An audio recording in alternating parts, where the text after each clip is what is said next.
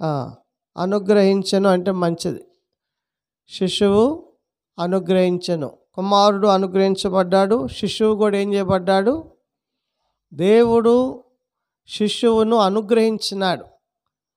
ప్రార్థన చేసుకుందాం.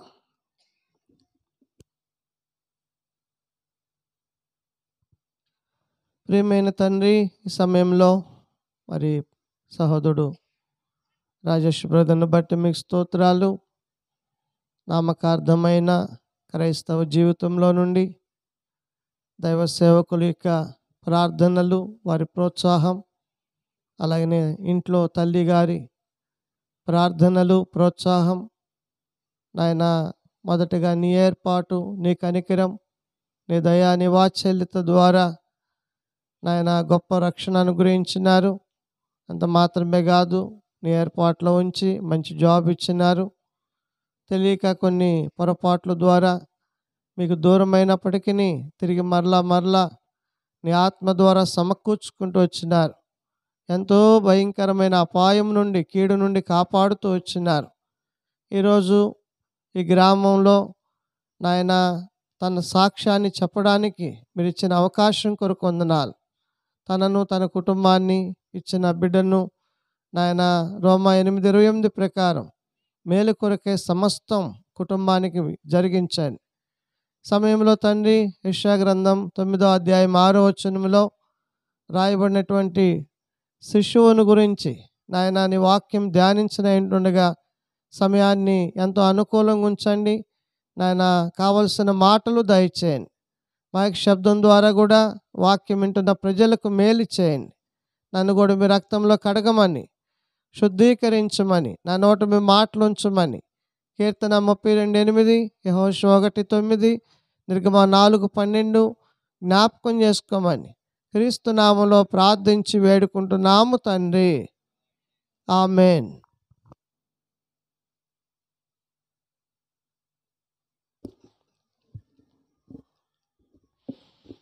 చూడండి, యెషయా గ్రంథము 9వ అధ్యాయము 6వ వచనములో రాయబడిన మాట, ఏలయనగా మనకు శిశువు అనుగ్రహించెను, లేకపోతే మన కొరకు ఈ శిశువును దేవుడు పుట్టించెను అనే మాట మనం చదవచ్చు. దేవుడు శిశువును మన కొరకు ఏం చేసినాడు చెప్పండి? పుట్టించినాడు. కనుక ఎవరు ఈ శిశువు? ఈ శిశువు ద్వారా మానవ జీవితానికి కలిగే ఆశీర్వాదం ఏంటి? ఒకవేళ ఈ శిశువే లేకపోతే మానవుని జీవితంలో వచ్చే నష్టం ఏంటి అనేది రాత్రి దేవుని వాక్యంలో మనం చూస్తాం. ఎన్నో సంవత్సరాల క్రితం ప్రభువైన యేసుక్రీస్తు వారిని గురించి దేవుడు యెషయా ప్రవక్త ద్వారా రాయించిన ప్రవచనం ఇది. కనుక ఆయన ఈ భూమి మీద జన్మించక మునిపే ఎన్నో సంవత్సరాల క్రితం ఆయన శిశువుగా ఈ లోకంలోనికి మానవుల కొరకు అనుగ్రహించబడతాడని, పుడతాడని దేవుడు ముందుగానే యెషయా ప్రవక్త ద్వారా రాయించినాడు. చూడండి, శిశువు ఎంత గొప్పవాడంటే ఈ శిశువు ద్వారా మానవ జీవితానికి కలిగే ఆశీర్వాదం ఏంటో మనం చూద్దాం. మొదటిగా ఈ శిశువు ఎవరు చెప్పండి? ప్రభు అయిన యేసుక్రీస్తు వారు. చూడండి, యేసుక్రీస్తు వారిని గురించి మనం వాడేటప్పుడు పదాలు చాలా జాగ్రత్తగా వాడాలి. చాలామంది యేసు యేసు అంటారు. యేసు ఆ పదానికి చాలా గౌరవం ఇవ్వాలి మనం. పాత నిబంధన ప్రకారం యెహోవా నామాన్ని గనక ఎవరైనా గనక ఎక్కడైనా గనక కారణం లేకుండా, అవసరం లేకుండా, ఆయనకి మహిమ రాకుండా ఉపయోగించినారా, ఇంకంతే సంగతి. కనుక ఆయన నామాన్ని చాలా జాగ్రత్తగా మనం ఏం చేయాలి? ఉచ్చరించాలి. ప్రభు అయిన యేసుక్రీస్తు వారు, ఆయన ఎంతో విలువైనటువంటి వాడు. ఆయన ద్వారానే సమస్తం ఏమైనా చెప్పండి, నిర్మాణమైనవి. మనకు తెలుసు కదా, కొలస్సీ పత్రిక 1వ అధ్యాయంలో ఆయన లేకుండా ఏది ఏం కాలేదు, సృజించబడలా.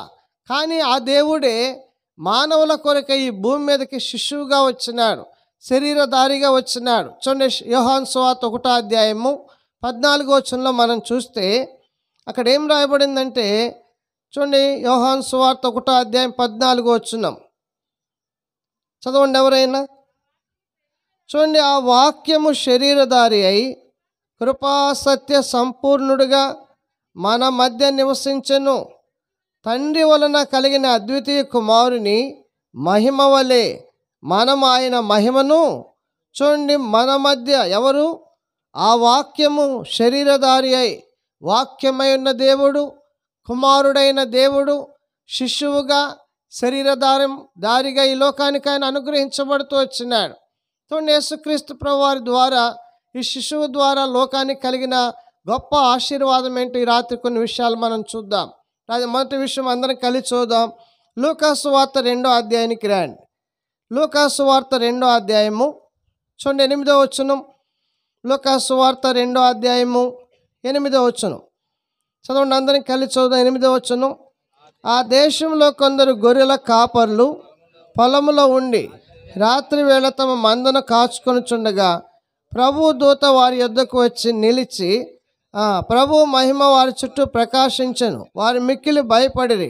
అయితే ఆ దూత, భయపడకుడి, ఇదిగో ప్రజలందరికీ కలగబో మహా సంతోషకరమైన సువర్తమానం నేడు మీకు చేయుచున్నాను. దావీదు పట్టణమందు నేడు రక్షకుడు మీ కొరకు పుట్టి ఉన్నాడు. ఈయన ప్రభు అయిన క్రీస్తు. దేవుని వాక్యంలో మనం చూస్తే 8వ వచనంలో ఆ దేశంలో కొందరు గొర్రెల కాపర్లు ఏం చేస్తున్నారు? పిల్లారా, మందను కాసుకుంటా ఉన్నారు, ఆ గొర్రెలను కాసుకుంటా ఉన్నారు. వారి దగ్గరికి దూత వచ్చి చెప్తున్న మాట ఏంటంటే, ప్రజలందరికీ కలగబో మహా సంతోషకరమైన సువర్తమానం. ఏంటి ఆ వర్తమానం? దావీదు పట్టణమందు నేడు రక్షకుడు మీ కొరకు పుట్టి ఉన్నాడు. కనుక ప్రభువైన యేసుక్రీస్తు వారు ఆ శిశువు పిల్లారా రక్షకుడిగా యేసు అనే నామంతో ఈ లోకంలోనికి వచ్చినట్లుగా వాక్యంలో మనం చూస్తాం. ప్రజలందరికీ కలగబో మహా సంతోషకరమైన వర్తమానం. ఏంటి ప్రజలకు కలిగే సంతోషం? పిల్లారా, యేసుక్రీస్తు ప్రభువారి జన్మ ద్వారా మానవ జీవితానికి దొరికే ఆశీర్వాదం ఏంటంటే చూడండి, మత్తయి సువార్త 1వ అధ్యాయం 21వ వచనం. దయచేసి ఎవరైనా చదవండి. మత్తయి సువార్త 1వ అధ్యాయము 21వ వచనం చదవండి. ఆమె ఒక కుమారుని కనును, తన ప్రజలను వారి పాపముల నుండి ఆయనే రక్షించును గనక.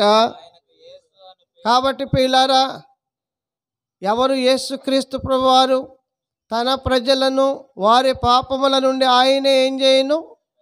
ఆయనే అంటే అర్థం ఏంటి? ఇంకొకళ్ళు లేరు అని అర్థం. కనుక ఈ రాత్రి దేవుని వాక్యం వింటున్న నీ జీవితంలో నీవు జన్మ, కర్మ, పాపముల చేత ఉన్నటువంటి నిన్ను రక్షించడానికి, విడిపించడానికి ఆ ప్రభు అయిన యేసుక్రీస్తు వారు ఈ లోకానికి రక్షకుడుగా ఆయన అనుగ్రహించబడుతూ వచ్చినాడు. అందుకనే యేసుక్రీస్తు ప్రభువారు ప్రేమతో నిన్ను రాత్రి ప్రేమతో ఆహ్వానిస్తున్నాడు. ప్రయాసపడి భారం మోసుకొనుచున్న సమస్త జనులారా నా యొద్దకు. ఎందుకు ఆయన దగ్గరికి రావాలి? దేవుని వాక్యంలో మనం చూస్తే చూడండి, అపోస్తుల కార్యం 4వ అధ్యాయము 12వ వచనం చదవండి ఎవరైనా. అపోస్తుల కార్యం 4:12. మరి ఎవని వలనను రక్షణ కలగదు, ఈ నామమునే మనం రక్షణ పొందవలని కానీ ఆకాశము కింద మనుషులలో ఇవ్వబడిన మరి ఏ నామమున. ఈరోజు ఈ రాత్రి వేళ ఈ కుటుంబాన్ని, సాల్మాన్ అన్న కుటుంబాన్ని ఆధారం చేసుకొని దేవుడిని దగ్గరికి తీసుకొచ్చే వర్తమానం ఏంటంటే, ఎన్నో క్రిస్మస్లు నీ జీవితంలో చేసుకుంటూ వచ్చినావు, కానీ యేసుక్రీస్తు ప్రభువారు నీ జీవితంలో, నీ హృదయంలో జన్మించినాడా అనేది చాలా ప్రాముఖ్యమైనది. ఒకవేళ కనుక యేసు ప్రభువారిని నీ హృదయంలో చేర్చుకోకపోతే, యేసు ప్రభువారు నీ హృదయంలో ఆయన జన్మించకపోతే, దేవుని వాక్యాలు రాయబడుతూ వచ్చింది, పాపం వలన వచ్చు జీతము మరణం. పిల్లారా, బైబిల్లో రాయబడింది, ఏ భేదము లేదు, అందరూ పాపం చేసి దేవుడు అనుగ్రహించి ఏం పొందలేకపోతున్నారు? మహిమను పొందలేకపోతున్నారు. ఈ రాత్రి వేళ ఒక దినాన నువ్వు మరణిస్తే, ఇందాక బ్రదర్ చెప్తూ వచ్చినాడు, నిజంగా కారు యాక్సిడెంట్లో ఒకవేళ దేవుడు తనని కనికరించకపోతే చెప్పలేం. ఈ లోకంలో మరణం మానవునికి ఎలా వచ్చిందో దేవుని వాక్యంలో ఎవరికి తెలియదు. అందుకని రాయబడింది ప్రసంగి గ్రంథంలో. ఏం రాయబడింది? మానవులకి ఆ కాలం అంటే చూడకు వచ్చిన మీకు జ్ఞాపకం చేస్తాను. ప్రసంగి గ్రంథము 4వ అధ్యాయానికి రండి. చూడండి ఏం రాయబడిందో ప్రసంగి గ్రంథంలో. ప్రసంగి గ్రంథము ప్రసంగి గ్రంథం 9వ అధ్యాయము 12వ వచనం చూడండి. తమ కాలము ఎప్పుడు వచ్చునో నరులు ఎరుగరు, చేపలు బాధకరమైన వలయందు చిక్కబడినట్లు, పిట్టలు వలలో పడినట్లు అశుభకాలం హఠాత్తుగా తమకు చేటు కలుగునప్పుడు వారును చిక్కబడుదురు. తమ కాలం ఎప్పుడు వచ్చునో నరులు. కనుక ఈ రాత్రి వేళ దేవుని వాక్యం దగ్గరికి వస్తుంది. ఇంకా క్రిస్మస్ 25వ తేదీ ఇంకా రాలా. ఒకవేళ నువ్వు దానిలో ప్రవేశిస్తావో లేదో, ఆ దినం ఈ భూమి మీద నువ్వు ఉంటావో లేదో దేవుని వాక్యం చెప్తుంది. ఆ కాలం ఎప్పుడు వస్తుందో నీకు. అందుకని ముందుగానే దేవుడు ఈ కూడిక ద్వారా దయగలిగిన దేవుడి దగ్గరికి వర్తమానం పంపిస్తున్నాడు. నీ జన్మ కర్మ పాపములను క్షమించేదాని కొరకై ఆ దేవాది దేవుడు మానవుడుగా, రక్షకుడుగా, శిష్యుగా ఈ లోకంలో ఆయన జన్మిస్తూ వచ్చినాడు. అందుకని యెషయా గ్రంథంలో రాయబడింది, భూదిగంత నివాసులారా నా వైపు చూచి రక్షణ పొందుడి. పిల్లారు ఎవరైతే యేసుక్రీస్తు వారి వైపు చూస్తారో వారే రక్షణ పొందేవారుగా దేవుని వాక్యం చెప్తా ఉంది. ఒకవేళ రక్షణ నీకు లేకపోతే నువ్వు నిత్య నాశనానికి, నరకానికి వెళ్ళిపోవాల్సిందే. కాబట్టి రాత్రి వేళ మొదటిగా శిష్యువు ఎవరంటే మానవులను వారి పాపముల నుండి రక్షించడానికి ఈ లోకానికి ఇచ్చిన శిష్యువు ఆయన. అందుకనే ప్రకటన గ్రంథంలో రాయబడింది చూడండి, 1వ అధ్యాయం 6వ వచనములో ఎంతో చక్కని మాట అక్కడ రాయబడింది. ప్రకటన గ్రంథం 1వ అధ్యాయము 6వ వచనం చూడండి. ప్రకటన గ్రంథం 1వ అధ్యాయం 6వ వచనం, మనలను ప్రేమించుచు తన రక్తం వలన మన పాపముల నుండి మనల్ని విడిపించిన వానికి మహిమయు ప్రభావమును యుగయుగములు కనుక ప్రియులారా, మనలను ప్రేమించుచు తన రక్తం వలన మన పాపముల నుండి ఏం చేయడానికి కనుక ప్రభు అయిన యేసుక్రీస్తు వారు 2024 సంవత్సరాల క్రితం ఈ భూమి మీద జన్మించిన ఉద్దేశం ఏంటంటే నిన్ను నీ పాపముల నుండి, నీ చీకటి నుండి, అంధకారం నుండి నిన్ను విడిపించడానికి యేసుక్రీస్తు ప్రభువారు ఈ భూమి మీద జన్మించినాడు. అందుకే మీరు చూడండి, రక్షణ అంటే అర్థం ఏంటో తెలిసిన, మానవుని జీవితం మారడమే రక్షణ. అందుకని లోకాసువార్త 19లో రాయబడింది, నేడు రక్షణ ఇంటికి. అంటే అర్థం ఏంటి? 8వ వచనం చూడండి ఏం రాయబడిందో. లోకాసువార్త 19వ అధ్యాయం 8వ వచనం, ఎంత అద్భుతమైన మాట అక్కడ రాయబడిందో చూడండి. చాలామందికి రక్షణ అంటే ఏందో తెలియదు. కనుక రక్షణ అంటే అర్థం ఏంటంటే పిల్లారా, క్రీస్తునందు ఒక వ్యక్తి నూతనపరచబడడం, జీవితం మారడమే రక్షణ. కనుక రక్షణ అంటే పాటలు పాడడం కాదు, రక్షణ అంటే బాప్తీసం తీసుకోవడం కాదు. ఒక వ్యక్తి జీవితం క్రీస్తునందు నూతనపరచబడమే రక్షణ. చూడండి 8వ వచనం ఏం రాయబడిందో. జక్కయ్య నిలువబడి, ఇదిగో ప్రభువా నా ఆస్తిలో సగము ఎందుకు ఇస్తున్నాడు? ఏం కారణం? ఒకప్పుడు అనేకుల దగ్గర ఏం చేస్తున్నాడు? అన్నీ సమకూర్చుకుంటూ వచ్చినాడు. ఇప్పుడు అంటున్నాడు, నా జీవితం మారింది, నా బ్రతుకు మారింది. యేసుక్రీస్తు ప్రభువారు అన్యాయంగా నేను సంపాదించిన ప్రతిదీ కూడా ఏం చేయమంటున్నాడు? ఆయన చెప్పాడా? యేసు ప్రభువారు ఏమని చెప్పినాడా? లేదు. ఆ పవిత్రుడైన దేవుడు, ఆ రక్షకుడు ప్రభు అయిన యేసుక్రీస్తు వారు ఎప్పుడైతే జక్కయ్య ఇంటి అడుగుపెట్టాడో, జక్కయ్య జీవితంలో పిల్లరా డబ్బు ఇవ్వలేని సంతోషం, తన జీవితంలో లోకపరంగా ఏది ఇవ్వలేని సంతోషం, యేసుక్రీస్తు ప్రభువారు తన ఇంట అడుగుపెట్టంగానే ఎంతో సంతోషం ఆయన హృదయంలోనికి వచ్చింది. ఇప్పుడు ఏమనిపిస్తుంది తెలిసిన, నాకు ఈ డబ్బు అవసరమలా, ఎవని యొద్ద అన్యాయముగా దేన్ని తీసుకున్నానో అతనికి 4 అంతలు. నిన్న తిమోతి గారు వాళ్ళ పెద్ద కుమారుడు సాక్ష్యం ఇస్తున్నాడు. గుడి ఆంటీ చనిపోతే ఆ పెద్ద కుమారుడు ఇచ్చిన సాక్ష్యం ఏంటో తెలిసిన, మా తల్లి మా తండ్రి ద్వారా ఎంతో డబ్బు, ఎన్నో రకాల వస్తువులు మాకు వచ్చినాయి. అయితే ఈరోజు నాకు అర్థమైంది ఏంటంటే దేవుని కంటే ఇవన్నీ ఎక్కువ ఏమీ కాదు. కాబట్టి నా తల్లిదండ్రుల ద్వారా నేను నేర్చుకుంది ఏంటంటే ఇవి కాదు విలువైనవి, ఇవి కాదు విలువైనవి, దేవుడు వీటన్నిటికంటే విలువైన వాడని నేను తెలుసుకున్నాను. నా తల్లిదండ్రులు ఎలాగైతే దేవుని కొరకు జీవించి లోకం విడిచిపెట్టి వెళ్ళారో, నేను కూడా నా జీవితంలో మిగిలిన కాలమంతా కూడా నా తల్లిదండ్రుల వలె ఆ దేవుని కొరకు జీవిస్తానని ఆయన తీర్మానం చేసుకుంటూ వచ్చినాడంట. ఈ రాత్రి వాక్యం వింటున్న ప్రియమైన సహోదరుడా, ప్రియమైన సహోదరి, ప్రభు అయిన యేసుక్రీస్తు వారి లోకానికి ఎందుకు వచ్చినాడంటే నీ పాపపు జీవితాన్ని మార్చడానికి యేసుప్రభువారు వచ్చినాడు.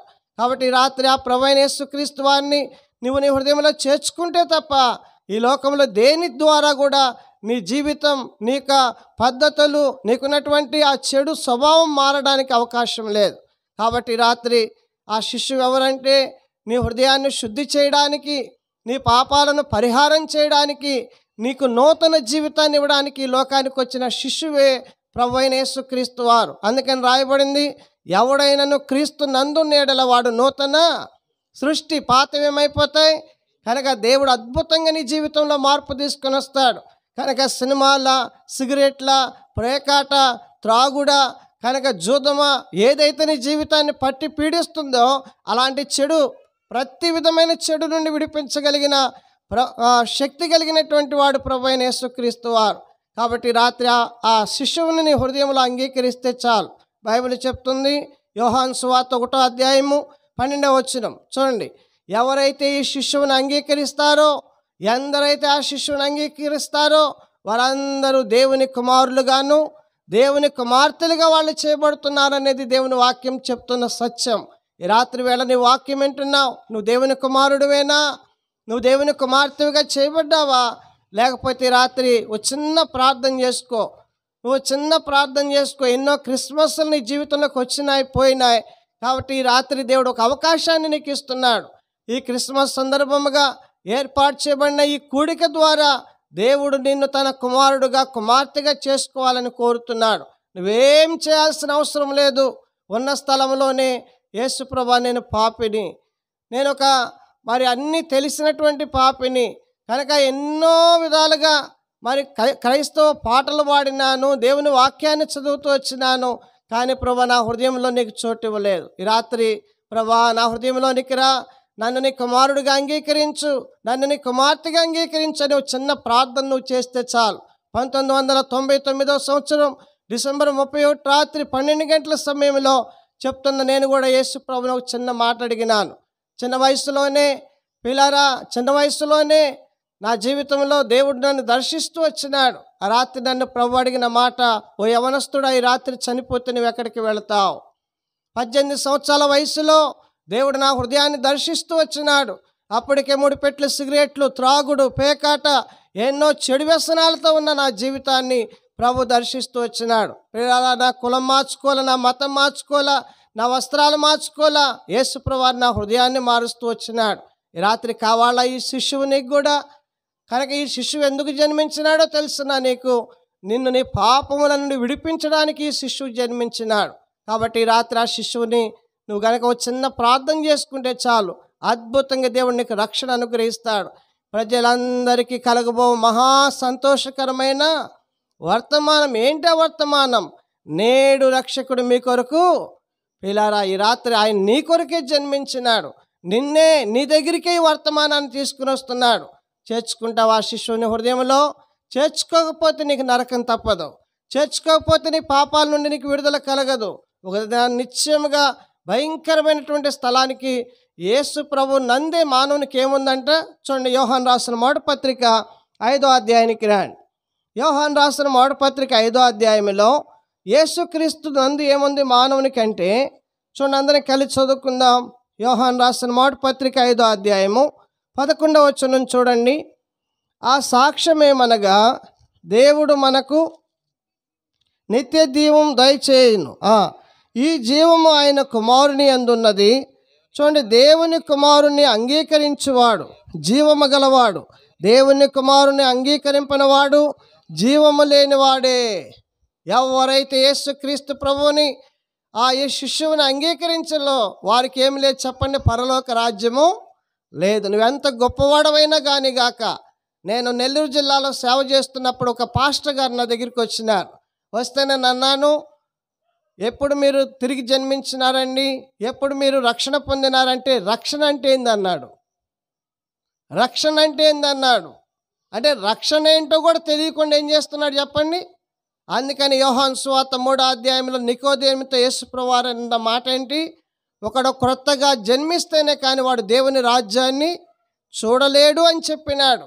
కాబట్టి రాత్రి వేళ నువ్వు దేవుని రాజ్యాన్ని చూడాలంటే, నువ్వు పరలోక రాజ్యంలో ప్రవేశించాలంటే, దేవుడు ఉండే స్థలంలోనికి నువ్వు ధారాళంగా సంతోషంగా నువ్వు వెళ్ళాలంటే ఆ దేవుణ్ణి భూమి మీద నువ్వు అనుభవించాలంటే యేసుక్రీస్తు ప్రభు యొక్క రక్తము ద్వారా నీ జన్మ కర్మ పాపాలు కడగబడుతూ రావాలి. ఒకవేళ కనుక ఆయన రక్తం కిందకి నువ్వు రాకపోతే, యేసు ప్రభుని సొంత రక్షకుడిగా నువ్వు అంగీకరించకపోతే నీకు నిత్య జీవము లేదు. అందుకని వాక్యంలో రాయబడిన మాట యోహాను సువార్త 5వ అధ్యాయం 24వ వచనంలో ఏం రాయబడింది చూడండి. యోహాను సువార్త 5వ అధ్యాయం 24వ వచనం చదవండి ఎవరైనా. నా మాట విని నన్ను పంపిన వాని యందు విశ్వాసముంచువాడు నిత్య జీవము గలవాడు, వాడు తీర్పులోనికి రాక మరణంలో నుండి జీవములోనికి దాటి ఉన్నాడని మీతో నిశ్చయముగా. పిల్లలు ఎక్కడి నుండి ఎక్కడికి మానవుడు దాటాలి? మరణములో నుండి ఎక్కడికి దాటాలి? జీవములోనికి. పిల్లలు ఎట్లా దాటగలడు?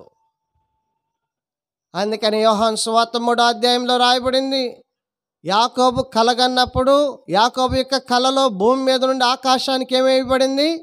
నిచ్చెన వేయబడుతూ వచ్చింది. ఆ నిచ్చెన ప్రభు అయిన యేసుక్రీస్తు వారు.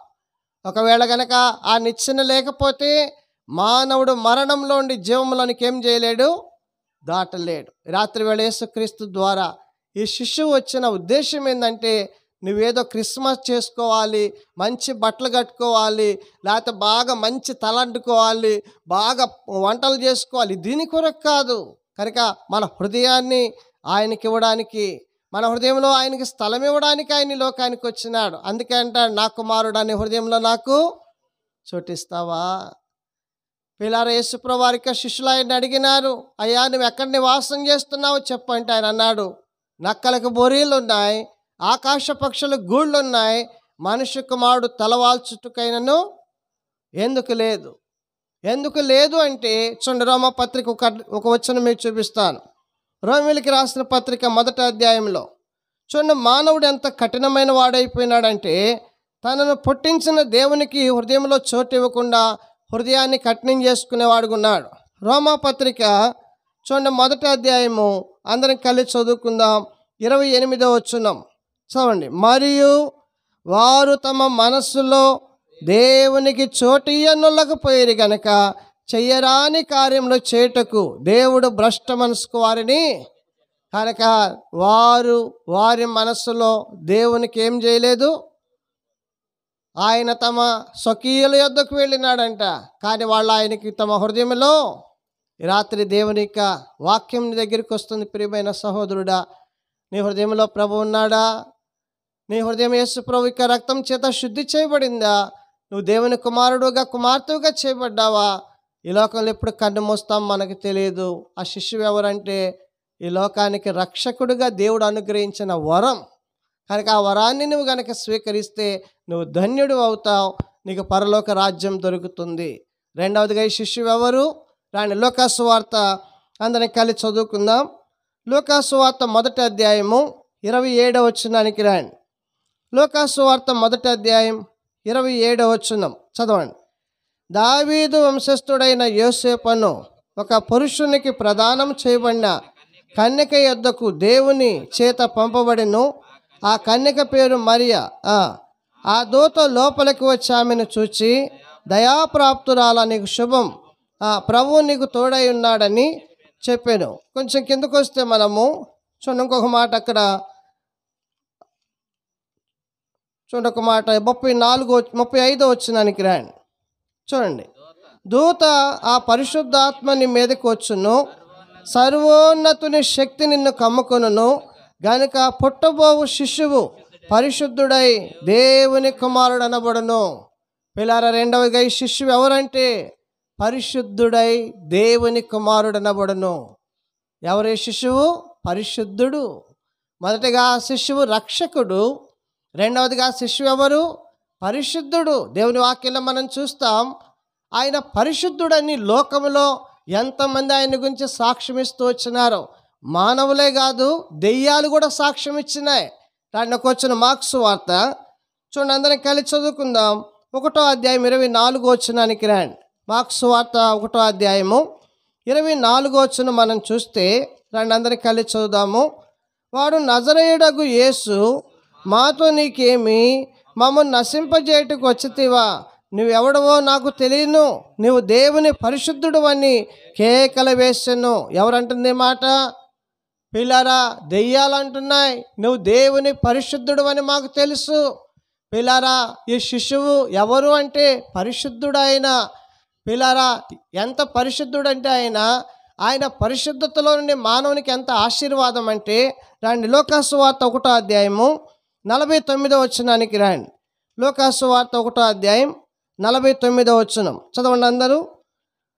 సర్వశక్తిమంతుడు నాకు గొప్ప కార్యములు చేసెను గనుక ఇది మొదలుకొని అన్ని తరముల వారును నన్ను ధన్యురాలని అందురు. ఆయన నామము ఎలాంటిదంట?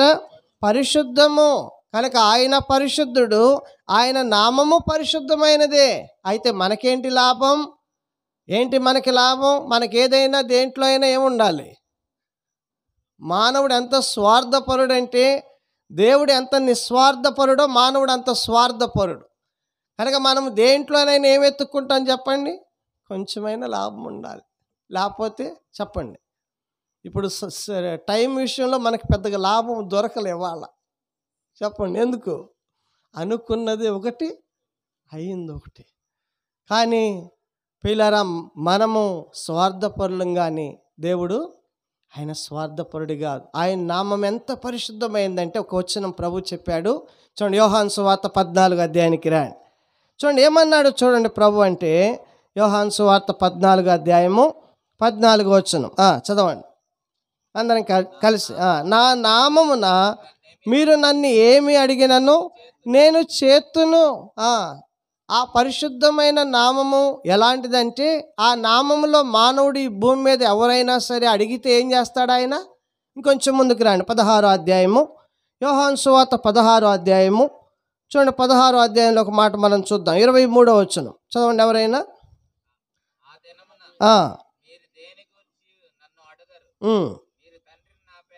మీరు తండ్రిని నా పేరట ఏమి అడిగినను ఆయన మీకు అనుగ్రహించునని మీతో నిశ్చయముగా చెప్పుచున్నాను. పిల్లలు ఏమంటున్నాడు? ఆయన ఏమంటున్నాడు? మీరు తండ్రిని నా పేరట ఏమి అడిగినను. ఆ మాట నాకు ఆశ్చర్యం వేసింది. నిజంగా ఏమడిగినా ఇస్తాడా ఆయన? ఏమడిగినా ఇస్తాడా? నిజంగా దేవుని వాక్యంలో మనం చూస్తే సొలొమోనుకి దేవుడు ప్రత్యక్షమైనాడు. ప్రత్యక్షమై ఏమన్నాడు? నీకేం కావాలి అని అడిగినాడు. రాండి దినవృత్తాంతముల 2వ గ్రంథం. దినవృత్తాంతముల 2వ గ్రంథంలో మనం చూస్తే చూడండి, దావీదును ప్రేమించి దేవుడు సొలొమోనును రాజుగా చేసినాడు.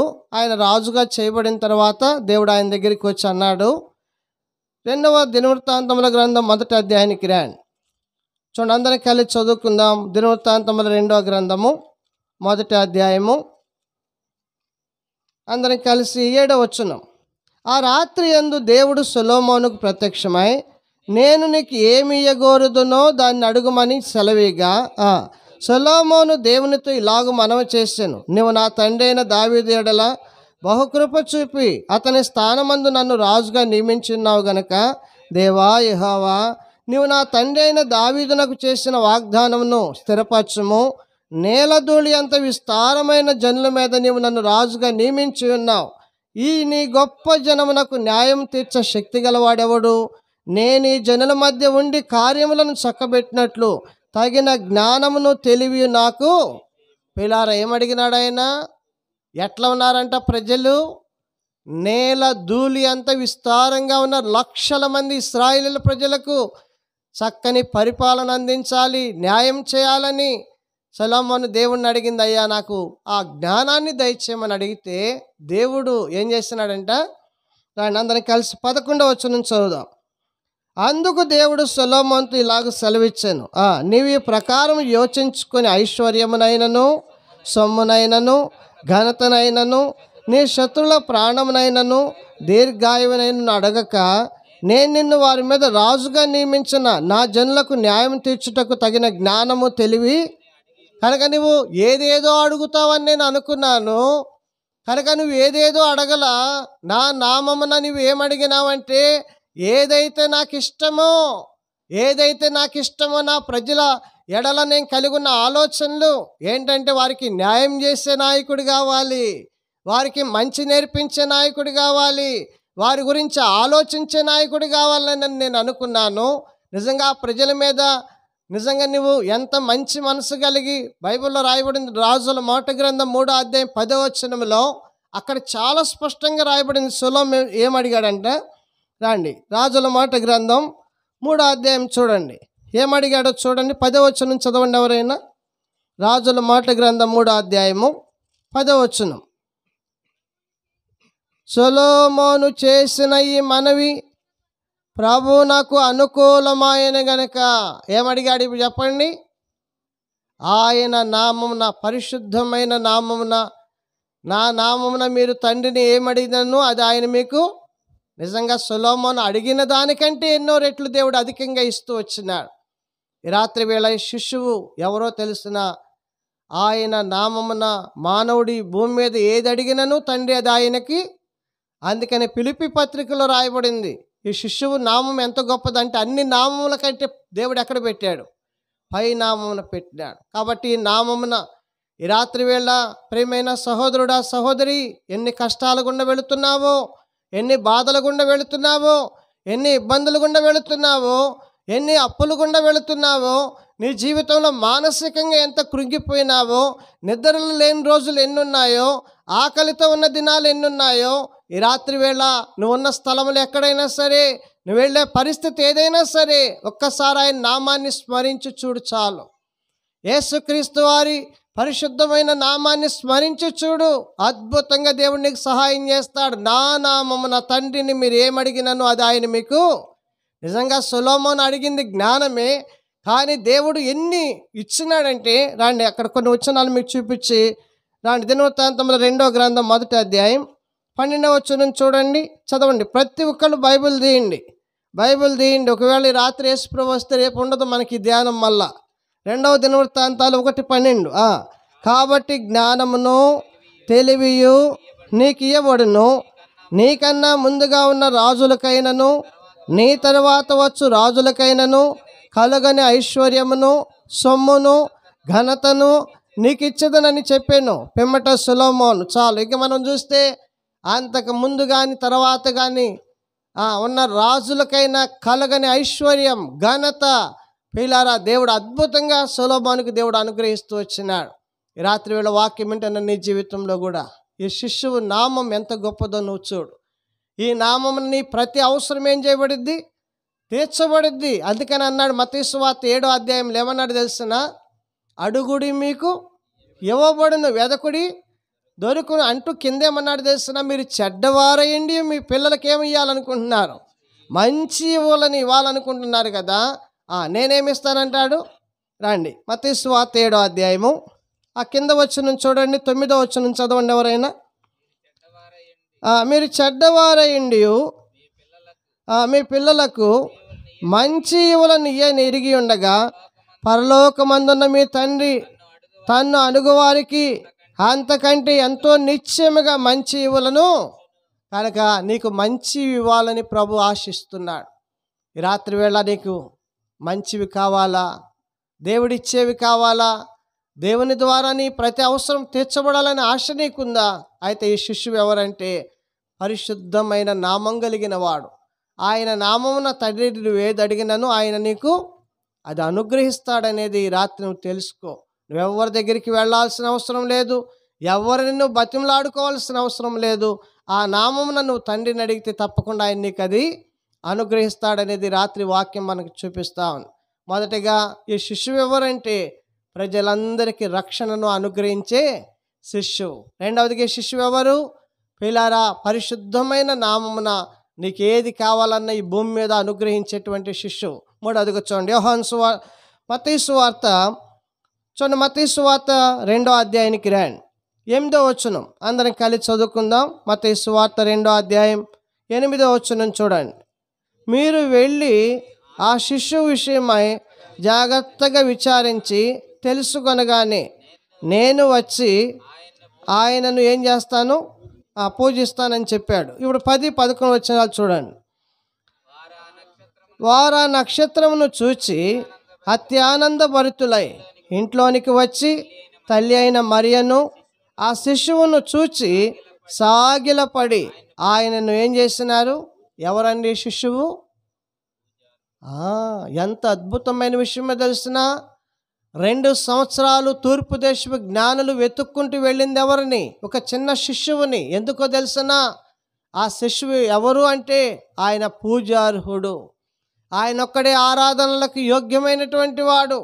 అందుకని దేవుని వాక్యంలో మనం చూస్తే ఈ సృష్టిలో పిల్లారా దేనిని కూడా మనం ఆరాధించకూడదు, దేనిని కూడా మనం సాగిలపడకూడదు. అందుకని దేవుని వాక్యంలో మనం చూస్తాం, యేసుక్రీస్తు ప్రభువారికి తప్ప ఎక్కడ కూడా ఎవరికి కూడా మనం సాగిలపడనే చెప్పండి.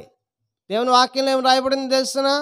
పైన ఆకాశం అందు కానీ కింద భూమి అందు కానీ భూమి మీద ఉన్న దేనిని మనము దేన్ని చేసుకోకూడదు, విగ్రహముగా చేసుకోకూడదు, వాటి ఎదుట మనం సాగిలపడకూడదు, వాటిని పూజించకూడదు.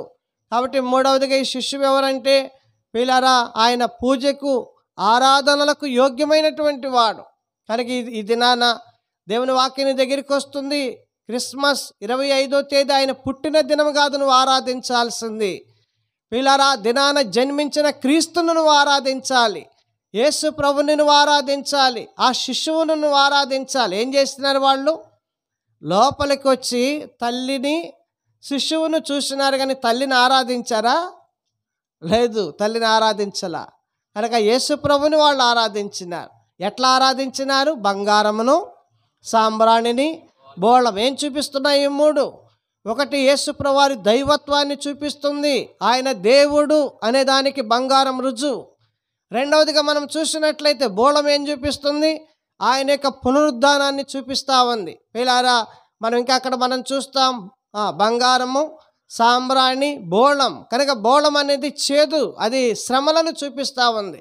కనుక ఈ దినాన యేసుక్రీస్తు ప్రభువారు దేవుడై ఉండి మానవుడిగా ఆయన ఈ లోకానికి వచ్చి మానవుల కొరకై చనిపోయి సమాధి చేయబడి తిరిగి 3వ దినాన మృత్యుంజయుడై తిరిగి లేచిన వాడు. ఈ లోకంలో ఇలాంటి దేవుడు ఎవరు కూడా లేరు. మానవుల కొరకై చనిపోయి సమాధి చేయబడి తిరిగి 3వ దినాన లేచిన వారు ఎవరును? మరణముతో వారి జీవితాలు ముగించబడ్డాయి. కానీ యేసుక్రీస్తు ప్రభువారి యొక్క జీవితం మరణము తర్వాత పునరుద్ధానుడు అవుతూ వచ్చినాడు. అందుకని ఓ మరణమా నీ విజయము ఎక్కడ? కనుక మరణపు ముళ్ళును విరిచిన వాడు ఆయన, మరణాన్ని జయించిన వాడు ఆయన. ఈరోజు ఎవరిని ఆరాధిస్తున్నావు? నువ్వు ఎవరిని ఆరాధిస్తున్నావు? మరణాన్ని జయించిన ప్రభువునేనా నువ్వు ఆరాధిస్తుంది? నీకు రక్షణ అనుగ్రహించిన ప్రభువునేనా నువ్వు ఆరాధిస్తుంది? నీ కొరకై చనిపోయి సమాధి చేయబడి తిరిగి లేచిన ప్రభువునేనా నువ్వు ఆరాధిస్తుంది? లోకంలో దేనిని మనం ఆరాధించాలంటే ఆయన ఒక్కడే ఆరాధనలకు. అందుకని మనం చూస్తాం యెషయా గ్రంథం 6వ అధ్యాయము, అలాగనే ప్రకటన గ్రంథం 4వ అధ్యాయంలో కూడా ఏమని ఆరాధిస్తున్నారా ప్రభువుని? పరిశుద్ధుడు, పరిశుద్ధుడు, పరిశుద్ధుడని. ఎప్పటి వరకు ఈ ఆరాధన? గుర్తుపెట్టుకోండి, ఆ ఆరాధనకి అంతము లేదు. ఈరోజు ఎవరిని ఆరాధిస్తున్నావు? నీ జీవితంలో ఎవరిని నువ్వు ఆరాధిస్తున్నావు? ఆరాధించవలసిన వ్యక్తి ఎవరంటే ప్రభు అయిన యేసుక్రీస్తు వారు. అందుకని వాళ్ళు వచ్చి నాకు ఆశ్చర్యం ఏంటంటే మనకి మందిరం ఎంతో సమీపంగా ఉంటుంది, ఆరాధించే అవకాశం ఉంటుంది, కానీ మనం ఎంతో నిర్లక్ష్యంగా ఉంటాం. కానీ వాళ్ళు ఎన్ని దినాలండి? 2 సంవత్సరాలు ఈ శిశువుని ఆరాధించడానికి వాళ్ళు ఏం చేసినారు? ఆ నక్షత్రము ద్వారా యేసుక్రీస్తు ప్రభువారు లేకపోతే ఆ శిశువు ఉన్న స్థలానికి వారు ఏం చేయబడ్డారు? నడిపించబడుతూ వచ్చినారు. రాత్రి నువ్వు ఆయనను ఆరాధించినప్పుడు, నువ్వు ఆయనను పూజించినప్పుడు, ఆయన ఘనపరిచినప్పుడు దానికి నిజమైన మన జీవితానికి అర్థం అనేది దొరికింది. ఇది 3వదిగా దేవుని వాక్యంలో మనం చూస్తాం. తర్వాత చూస్తే రాండి శిశువు ఎవరంటే చూడండి, అందరం కలిసి చదువుకుందాం ఇంకొక మాట దేవుని వాక్యంలో ఉండి. చూడండి మత్తయి సువార్త 2వ అధ్యాయము. చూడండి మత్తయి సువార్త 2వ అధ్యాయం 5వ వచనం అందరం కలిసి చదువుకుందాం. చదవండి. అందుకు వారు యూదయ బెత్లెహేంలోని ఏలయనగా యూదయ దేశ బెత్లెహేమా, నీవు యూదా ప్రధానులలో యంత్ర మాత్రము అల్పమైన దానవు కావు. 2వ వచనం కూడా చూడండి. యూదుల రాజుగా పుట్టినవాడు ఎక్కడున్నాడు?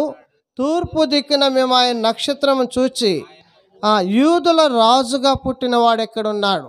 పిల్లారైన 4వదిగా శిశువు ఎవరు? యూదుల రాజు ఈయన. కనుక యూదుల రాజుగా పుట్టినవాడు ఎక్కడున్నాడు? ఆయన రారాజు, ఆయన రాజులకు రాజు. ఆయన ఉదయకాలం కూడా ఆరాధనలో మనం చూస్తున్నాం. ఆయన ఎవరంట? మహారాజు ఆయన. కనుక దేనికి ఈయన రాజు?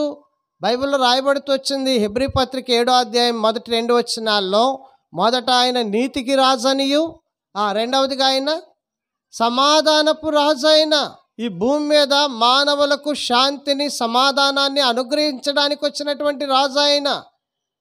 ఈ రాత్రి వాక్యం వింటున్న నీ జీవితంలో సమాధానం ఉందా? ఈ రాత్రి వాక్యం వింటున్న నీ జీవితంలో శాంతి ఉందా? కనుక ఎందుకు ఈ రాజు ఈ లోకానికి శిశువుగా వచ్చినాడంటే, ఆయన అంటాడు యోహాను సువార్త 14వ అధ్యాయంలో ఏమన్నాడు తెలిసిన? శాంతిని మీకు అనుగ్రహించి వెళుచున్నాను, లోకం ఇచ్చినట్లు కాదు, నా శాంతిని మీకు అనుగ్రహించి.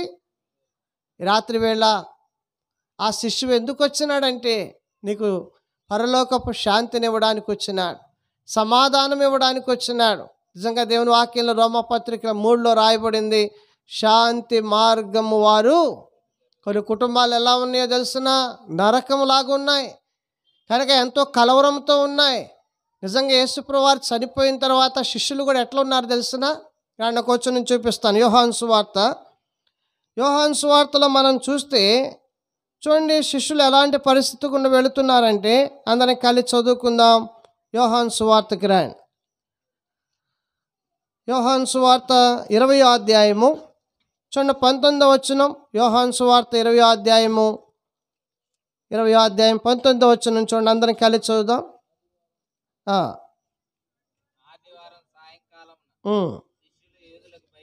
భయపడి యేసు వచ్చి మీకు సమాధానము కలుగునుగాక అని వారితో ఆయన ఇలాగూ చెప్పి వారికి తన చేతులను ప్రక్కను చూపగా శిష్యులు ప్రభువును చూచి, అప్పుడు యేసు మరలా మీకు సమాధానము కలుగునుగాక, తండ్రి నన్ను పంపిన ప్రకారం నేను మిమ్మను పంపుచున్నానని వారితో. దేవుని వాక్యంలో మనం చూస్తే ఇంకేమంటాడు తెలిసిన? చూడండి ఇంకొక మాట అక్కడ మనము 19వ వచనంలోనే, ఆదివారము సాయంకాలమున శిష్యులు యూదులకు ఏమయ్యి, దినాల్లో ఎంతో భయముతో కలవరంతో ఉన్నారు శిష్యులు. ఒక చోట చేరి తలుపులు వేసుకొని ఎంతో భయపడుతున్న శిష్యుల దగ్గరికి ప్రభు వచ్చినాడు. వచ్చి అంటున్నాడు, మీకు సమాధానము కలుగునుగాక. పిల్లరా, ఆ ప్రజల జీవితాలలో ఎంతో భయంతో కలవరంతో ఉన్నటువంటి వారితో అంటున్నాడు, మీకు సమాధానం కలుగునుగాక. ఈ రాత్రి వేళ నీ జీవితంలో కూడా ఏ భయం నిన్ను ఆవరించి నిన్ను వెంబడిస్తూ నీకు నెమ్మది లేకుండా చేస్తుందో, ఆ భయం నుండి, అలాంటి కలవరం నుండి విడిపించడానికి ఈ లోకానికి శిశువుగా అనుగ్రహించబడినటువంటి ఆ ప్రభువైన యేసుక్రీస్తు వారి యొక్క స్వరం నీవు వినాలి. ఆయన మాట్లాడుతున్న మాట ఏంటంటే, నా శాంతిని మీకు అనుగ్రహించి వెళుచున్నాను. ఈరోజు ఈ ప్రభువైన యేసుక్రీస్తు వారి ద్వారా నీకు శాంతి కలుగుతుంది. లోకంలో ఎక్కడ కూడా నువ్వు ఆ శాంతిని, ఆ సమాధానాన్ని పొందలేవు. అందుకని ఆయన ఈ లోకానికి అనుగ్రహించబడ్డాడు. అందుకని ఆయన శిష్యులతో ఇంకో మాట కూడా అన్నాడు. చూడండి యోహాను సువార్త 14లో కూడా చూడండి, ఈ మాట కూడా చదువుకుందాం. యోహాను సువార్త 14వ అధ్యాయంలో కూడా చూడండి ఏమన్నాడు. మొదటి వచనం చూడండి, మీ హృదయములను కలవరపడనీయుడి. ఏమంటున్నాడు? ఎట్లున్నాయి వాళ్ళ హృదయాలు? మన హృదయాలు ఎలా ఉన్నాయి? ఒకవేళ నీ హృదయంలో ఏ కలవరంతో ఉన్నావో, ఈ రాత్రి దేవుని వాక్యాన్ని దగ్గరికి వస్తుంది. కలవరపడ మాకు, సమాధానం అనుగ్రహించి ఆ సమాధానకర్త ఈ రాత్రి ఏమంటున్నాడు తెలిసిన? దేనిని గురించి చింతపడకుడు కానీ ప్రార్థన విజ్ఞాపనం చేత కృతజ్ఞతాపూర్వకం విన్నపములు ఆయనకి ఏం చేస్తాడు అప్పుడు దేవుడు? చూడండి ఏమన్నాడు ఫిలిప్పీ పత్రిక, చూడండి ఆ మాట చదువుకుందాం. 4వ అధ్యాయమా, సమస్త జ్ఞానమునకు మించిన దేవుని సమాధానము యేసుక్రీస్తు వలన మీ హృదయములకును మీ తలంపులకును. రాత్రి వాక్యం ఏంటంటే నీ జీవితంలో కొంతమంది అంటారు, అన్న అస్సలు సమాధానం లేదు. ఈ రాత్రి వేళ దేవుడు అంటున్నాడు, నిజంగా అపోస్తుల కార్యం 9వ అధ్యాయంలోకి మనం వెళితే యాకోబుని ఖడ్గంతో చంపేసినారు. చంపేసి పేతురుని కూడా చెరసాల్లో వేసినారు. వేస్తే ఇక తెల్లవారితే పేతురు పని కూడా అయిపోయింది. కానీ పేతురు ఏం చేస్తున్నాడు చెరసాల్లో? ఎంత మంచి నిద్ర, ఎంత మంచి నిద్ర! సైనికుల మధ్య నిద్రపోతున్నాడంట. దేవుడు దూతను పంపించి అద్భుతంగా పేతురుని ఏం చేసినాడు? బయటికి తీసుకుని వచ్చినాడు. రాత్రి వేళ నీ జీవితంలో కూడా ఈ శిష్యువు ఎవరు అంటే, నీకు సమాధానాన్ని ఇవ్వడానికి ఈ లోకానికి అరుదించినటువంటి శిష్యు. కాబట్టి ఇది 4వదిగా దేవుని వాక్యం మనం చూస్తాం. ఇంకొక మాట చదువుకుందాం. చూడండి, మత్తయి సువార్త 2వ అధ్యాయంలోనే అందరం కలిసి 5వ వచనంలో చివరిలో రాయబడింది. చూడండి, చివరిలో రాయబడింది, ఇశ్రాయేలీయులను నా ప్రజలను పరిపాలించు అధిపతి నీలో నుండి వచ్చును. ఎవరి శిష్యువు? పరిపాలకుడిన, అధిపతిన. అర్థమైందా? ఎవరిని పరిపాలించడానికి? ఇశ్రాయేలీయులను నా ప్రజలను పరిపాలించే అధిపతి నీలో నుండి వచ్చును. కాబట్టి ఈ శిష్యువు ఎవరంటే, ఒక దినాన ఈ భూమి మీద ఒక రాజ్యాన్ని ఆయన స్థాపించబోతున్నాడు. మీకు అర్థం అవడానికి 2-3 వచనాలు చూపిస్తాను. దానియేలు గ్రంథం 2వ అధ్యాయానికి రండి. 44వ వచనం చూడండి. దానియేలు గ్రంథము 2వ అధ్యాయం 44వ వచనం. చూడండి, ఆ రాజుల కాలములలో పరలోకమందున్న దేవుడు ఒక రాజ్యము స్థాపించును, దానికి ఎన్నటికి నాశనము కలగదు. ఆ రాజ్యము దాన్ని పొందిన వారికి గాక మరెవ్వరికి చెందదు. అది ముందు చెప్పిన రాజ్యములన్నిటినీ పగులగొట్టి నిర్మూలం చేయను, కానీ అది యుగయుగములు. పిల్లారా, దేవుడు స్థాపించబోతున్నటువంటి రాజ్యం యుగయుగాలు ఉండే రాజ్యాన్ని ఆయన స్థాపించబోతున్నాడు. అయితే ఇక్కడ ఒక అద్భుతమైన మాట రాయబడింది. ఎవరికంట ఈ రాజ్యము? ఎవరికంట? ఆ రాజ్యము దాన్ని పొందిన వారికి గాక మరెవరికి. ఎవరు ఈ శిష్యువుని అర్థం చేసుకుంటారు? ఆ శిష్యువు ఎవరో అర్థం చేసుకోవాలి. అందుకనే సిలువలో వేలాడుతున్నప్పుడు ఇద్దరు దొంగలలో ఒక దొంగ ఆ శిశువు అయిన ఆ ప్రభు అయిన యేసుక్రీస్తు వారిని అర్థం చేసుకున్నాడు. ఏమన్నాడు తెలిసిన? నీవు నీ రాజ్యముతో వచ్చినప్పుడు నన్ను జ్ఞాపకము. ఖచ్చితంగా ఆయన రాజు అని, ఆయన మళ్ళా తిరిగి రాజ్యాన్ని స్థాపించబోతున్నాడని, తిరిగి ఆయన రాజ్యంతో వస్తాడనే సంగతి ఆ సిలువలో వేలాడుతున్న దొంగకు అర్థమైంది. వెంటనే ప్రభు ఏమన్నాడు? నేడు నీవు నాతో కూడా పరదేశంలో ఉంటావు. నిజంగా ఇప్పుడు వాళ్ళు పరదేశంలో ఉన్నారు. ఒక దినాన దేవుడు తన రాజ్యము స్థాపించడానికి భూమి మీదకి వచ్చినప్పుడు ఆ వ్యక్తి కూడా ప్రభుతో వస్తాడు. అందుకనే దానియేలు గ్రంథంలో రాయబడినటువంటి మాట, ఇంకొక మాట చూడండి, అక్కడే 4వ అధ్యాయం 3వ వచనం చూడండి. దానియేలు గ్రంథం 4వ అధ్యాయము 3వ వచనం. ఆయన సూచక క్రియలు ఎంతో, ఆయన అద్భుతములు ఎంతో ఘనమైనవి. ఆయన రాజ్యము శాశ్వత రాజ్యము, ఆయన ఆధిపత్యము తరతరములు నిలుచును. ఒకరోజు కాదు, ఈ లోక రాజ్యాలన్నీ అంతరించబోయే దినం రాబోతుంది కనుక ఆయన రాజ్యం శాశ్వతమైంది, తరతరాలు ఉండబోతుంది. ఆ రాజ్యంలో ఉండబోతున్నావా లేదా అది చూసుకో. కనుక ఈ లోకంలో ఉన్న దాని కొరకు ఎంతో మనం ఏం చేస్తున్నాం కనుక రాత్రింబగళ్ళు ప్రయాసపడుతున్నాం. దేవుడు చెప్పినాడు, నా రాజ్యం ఈ లోక సంబంధమైనది కాదు అని చెప్పాడు.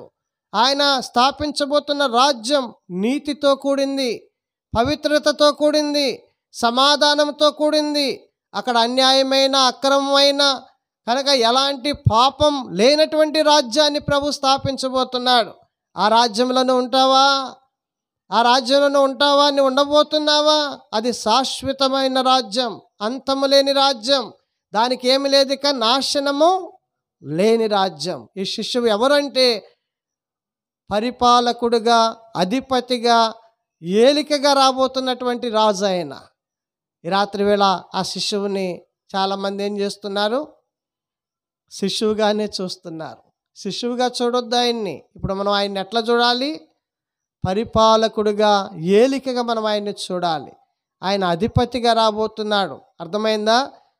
కిరీటం ధరించిన వాడై ఎంతో కోట్లాది దేవదూతలతో ఆయన రాబోతున్నాడు, రారాజుగా రాబోతున్నాడు. ఇంకేమంటాడు? ఇంకొక మాట చూద్దాం. చూడండి, దానియేలు గ్రంథం అక్కడే అందరం కలిసి 7వ అధ్యాయం 14వ వచనం చూడండి. దానియేలు గ్రంథం 7వ అధ్యాయం 14వ వచనం. సకల జనులను, రాష్ట్రములను, ఆయా భాషలు మాట్లాడువారును ఆయనను సేవించున్నట్లు ప్రభుత్వమును, మహిమయు, ఆధిపత్యమును ఆయనకి ఇవ్వబడెను. ఆయన ప్రభుత్వము శాశ్వతమైనది, అది ఎన్నటికీ తొలగిపోదు.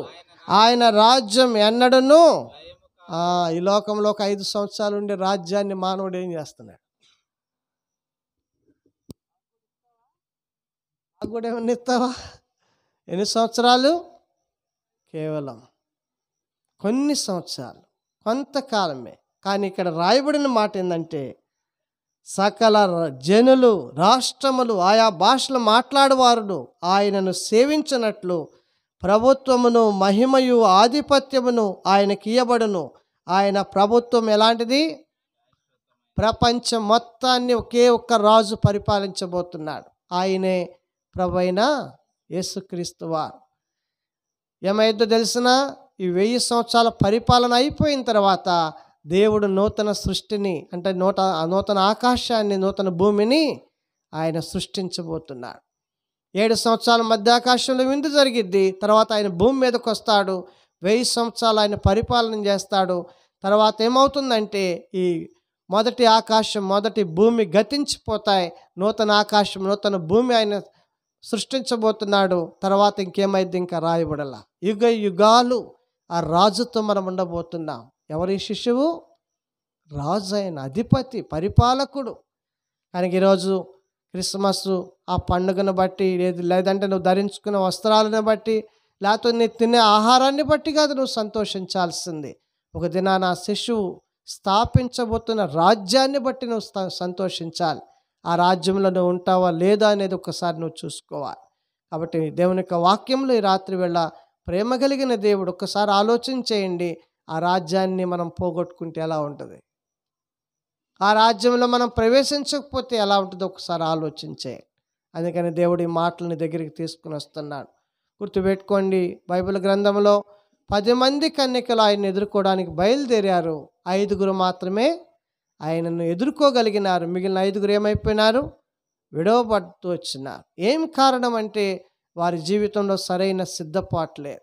రాత్రి వాక్యం ఏంటంటే, నీ జీవితంలో కూడా భౌతికంగా మనం ఎన్నో విధాలుగా సిద్ధపడుతుంటాం. కానీ దేవుని రాజ్యం కొరకు, ఆయన పిలుపు కొరకు నువ్వు సిద్ధంగా ఉన్నావా? గుర్తుపెట్టుకోండి, ఈ లోకంలో మనము ఎప్పుడు విడిచిపెడతాం మనకు తెలియదు, ప్రభు ఎప్పుడు వస్తాడో తెలియదు. కానీ ఆయన రాజ్యం కొరకు మనం ఏమై ఉండాలి? ఎప్పుడు సిద్ధపాటు కలిగి ఉండాలి. అందుకని అబ్రహాం అన్నాడు, దేవుడు దేనికి శిల్పియు నిర్మాణకుడై ఉన్నాడు, పునాదులు కలిగిన ఆ పట్టణం కొరకు అబ్రహాం ఏం చేసినాడు? ఈరోజు నిజంగా అలాంటి ఎదురుచూపు, నిజంగా ఇంటికి మనం వెళ్తామో లేదో తెలియదు. ప్రభు వస్తే చెప్పండి, ప్రభు వస్తే ఏంటి? కనురెప్ప పాటలు మార్పు చెంది మనం మధ్యాకాశానికి వెళ్ళిపోతాం. కనుక అంత గొప్ప ఆధిక్యత, అంత గొప్ప నిరీక్షణ దేవుడు మనకిచ్చినాడు. కాబట్టి ఈ శిశువు ఎవరంటే, ఆయన పరిపాలకుడు, రాజు, ఆయన అధిపతి. కనుక మన హృదయాలను ఏదుతూ ఉండాలి. ఒక దినాన్ని ఆయన స్థాపించబోయే ఆ రాజ్యంలో నేను ఉండాలి. మోకరించండి, ప్రార్థన చేసుకుందాం. ఎవరు అటు ఇటు చూడొద్దు. చిన్న ప్రార్థన. దేవుడు ఈ శిశువును నీ కొరకే అనుగ్రహించినాడు. ఈ శిశువు నీకు ఏం జ్ఞాపకం చేస్తున్నాడంటే, నేనే నీకు రక్షకుడను, నేనే నీకు రక్షకుడను. నీ రక్షణ కొరకు సిలువలో భూమికి ఆకాశానికి మధ్యన 3 మ్రేకుల మీద వేలాడిన రక్షకుడు నేనే. స్వరూపమైన సొగసైన లేకుండా చేయబడిన రక్షకుడిని నేనే. నా చేతులు చూడు, నా కాళ్ళు చూడు, నా శిరస్సు చూడు, ముళ్ళ కిరీటం, నా కాళ్ళల్లో శీలలు, నా చేతులలో శీలలు, నా యొక్క శరీరం అంతా నాగల చాలవలే దున్నబడుతూ వచ్చింది. ప్రియమైన సహోదరుడా, సహోదరి, ఒక్కసారి నా వైపు చూడు. నిన్ను సృష్టించింది నేనే, కానీ నీ కొరకు స్వరూపమైన సొగసైనా లేకుండా చేయబడుతూ వచ్చినాను. కేవలం నీ రక్షణ కొరకు నేను ఇలాగ చేయబడుతూ వచ్చినాను. 2 చేతులు చాచి ఈ రాత్రి వేళ ఆ శిశువు నీ కొరకు సిలువలో ఎట్లా రక్షకుడిగా వేలాడుతూ వచ్చినాడో ఒక్కసారి ఆ సిలువను నువ్వు చూడాలని ఆయన కోరుతున్నాడు. ఆయన చిందించిన రక్తం దగ్గరికి నువ్వు వస్తావా? యేసు ప్రభువా, నేను పాపినంటే చాలు. ఆ రక్షకుడు నిన్ను బట్టి ఎంతో సంతోషిస్తాడు. ఒకవేళ నువ్వు రక్షణ లేకుండా ఉంటే నువ్వెన్నో పండగలు చేసుకోవచ్చు, కానీ నీవు సంతోషపడవచ్చు, కానీ నీ రక్షకునికి సంతోషం ఉండదు. ఈ రాత్రి వాక్యం నీ దగ్గరికి వస్తుంది. ఒక చిన్న ప్రార్థన నువ్వు చేసుకో, ప్రభు నీకు సహాయం చేస్తాడు. కొత్తపాలెం దైవ సేవకులు రండి ప్రార్థన చేయటం. చిన్న ప్రార్థన చేసుకో. నువ్వు ఎక్కడున్నా పర్వాలేదు, నువ్వు ఇక్కడికి రావాల్సిన అవసరమే లేదు. నువ్వు ఎక్కడున్నా పర్వాలేదు, ఒక చిన్న ప్రార్థన చేసుకో. ప్రభా, నా కోసమే కదా నువ్వు ఈ లోకంలో జన్మించింది, నా రక్షణ కొరకే కదా నువ్వు శిలువ మీద అంత భయంకరమైన శిలువ మరణం అనుభవించింది. ప్రభా, నా హృదయంలో ఈ పాపమంతా తొలగించు, నా హృదయంలోనికి రా అని చిన్న ప్రార్థన నువ్వు చేసుకో. ప్రభు నీకు సహాయం చేస్తాడు. ప్రార్థన చేసుకున్నా.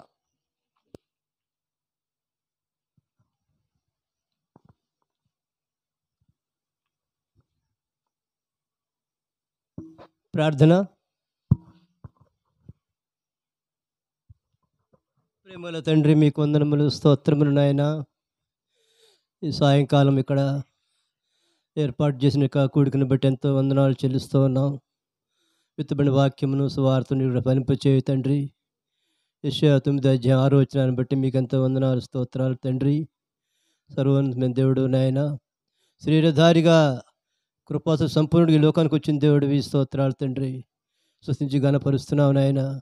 రక్షకుడుగా, విమోచకుడుగా, అధిపతిగా, రాజువుగా, మరి తండ్రి మహోన్నతమైన దేవుడు తండ్రి, మీకు స్తోత్రములు నాయన. రాజుగా రాబోతున్న దేవుడివి, మీకు స్తోత్రాలు చెల్లిస్తున్నావు తండ్రి. సృష్టించి ఘనపరుస్తున్నావు నాయన. ప్రేమల తండ్రి యొక్క కుటుంబము నేను సాల్మన్ జ్ఞాపకటింద్రమని బట్టి మీకు వందనాలు తండ్రి. సోడు జగన్, సంధ్య, దీన్ని బట్టి మరి నాయన, అలాగనే పవన్, చిన్న బిడ్డలు శ్వేత తండ్రి జ్ఞాపకం చేసుకున్నాం. అలాగే భరత్, ప్రశంస జ్ఞాపకం చేస్తున్నాం. సిస్టర్ కుటుంబం దివ్య, శ్రీ, అలాగనే వాసు జ్ఞాపకం చేసుకుంటున్నాం. గొడవల్లి, ఈ విధంగా మరి తండ్రి ఈ కుటుంబాలను బట్టి మీకు ఎంతో వందనాలు చెల్లిస్తున్నావు తండ్రి. ఇంకా రక్షణ లేని రక్షణ అనుగ్రహించమని ప్రార్థన చేస్తున్నావు తండ్రి. సువార్త వాక్యం తేటగా చెప్పబడింది నాయన. ఈ నిత్య రాజ్యంలో, సదాకాలం ఉండే రాజ్యంలో మరి నాయన, ఆ రాజ్యాన్ని పోగొట్టుకోకుండా మరి తండ్రి రక్షించబడి మారుమనసు పొంది నిత్య రాజ్యం ఉండేలాగా సహాయం చేయమని ప్రార్థన చేస్తున్నావు తండ్రి. సర్వోన్నతమైన దేవుడు నాయన, నశించిన దానిని వేదగ్రస్తుడికి లోకానికి వచ్చిన దేవుడు, స్తోత్రాలు తండ్రి. స్తుతిస్తున్నావు నాయన. జక్కయ్య జీవితంలో గొప్ప మార్పు వచ్చింది తండ్రి, ఎంతో వందనాలు, స్తోత్రాలు తండ్రి. నూతన వ్యక్తిగా చేయబడ్డాడు నాయన, స్తోత్రములు తండ్రి. ఈ విధంగా ఇంకా పాపంలో ఉంటూ, చీకటిలో ఉంటూ, రక్షణ లేని వారుగా ఉంటే ఈ క్రిస్మస్ సందర్భంగా ఈ యొక్క వాక్య భాగంను నీరుగడ్డ ఫలింప చేయండి. ఏదో పండగ ఆనందం కాదు, కానీ నిజమైనటువంటి క్రిస్మస్ ఆనందాన్ని, సంతోషకరమైనటువంటి శుభవర్తమానం తీసుకొని రాబడింది తండ్రి, మీకు స్తోత్రాలు తండ్రి. ఆనాడు దోతలు నాయన సువర్తమానాన్ని గుల్లలు ప్రకటించారు నాయన. ఈనాడు మరి మేము మీ వార్త ప్రకటిస్తూ ఉన్నాం. ఈ శుభవార్తని, రక్షణ వార్తని వినిపిస్తూ ఉండగా తండ్రి ప్రజల కార్యం జరిగించిన ఆయన. 2024 పూర్తి కాబోతూ ఉంది. చివరి దినంలో ఉంటూ ఉన్నాం. ఇంకా మరి తండ్రి నాయన, నామకార్థంగా ఉన్నట్లయితే రక్షణలోకి నడిపించండి, ఈ కార్యం జరిగించమని ప్రార్థన చేస్తూ ఉన్నాం. ఇచ్చిన ప్రతి మాట, ప్రతి వాక్యం భాగమును కూడా తండ్రి నీరుగట్టి ఫలింప చేయతండి. శత్రు దొంగిలించకుండా హృదయంలో కార్యం జరిగించమని ప్రార్థన చేస్తూ ఉన్నాం. సహాయం చేయండి. 30 100 ఫలింప చేయతండ్రి. నాయన, నశించే వారిని రక్షించిన ఈ లోకానికి వచ్చిన దేవుడు కనుక నాయన తండ్రి, మీ సువార్త ప్రకటించబడుతుంది నాయన. ఇకబడి వాక్య భాగమును నీరుగడ్డి ఫలింప చేయమని ప్రార్థన చేస్తున్నాం. ఎవరైతే ఇంకా రక్షణ లేని వారుగా ఉన్నారో జ్ఞాపకం చేసుకోమని ప్రార్థన చేస్తూ ఉన్నాం. ఈ కుటుంబాలను బట్టి మీకు వందనాలు తండ్రి. వచ్చిన బిడ్డలందరిని బట్టి నాయన వందనములు, స్తోత్రములు. ఇటు యెహోవా నిస్సి నుంచి, ఇటు పొన్నూరు నుంచి, ఇటు కొత్తపాలెం నుంచి కూడా వచ్చారు. అలాగే తండ్రి వచ్చిన బిడ్డలందరిని బట్టి స్తుతిస్తున్నాం తండ్రి.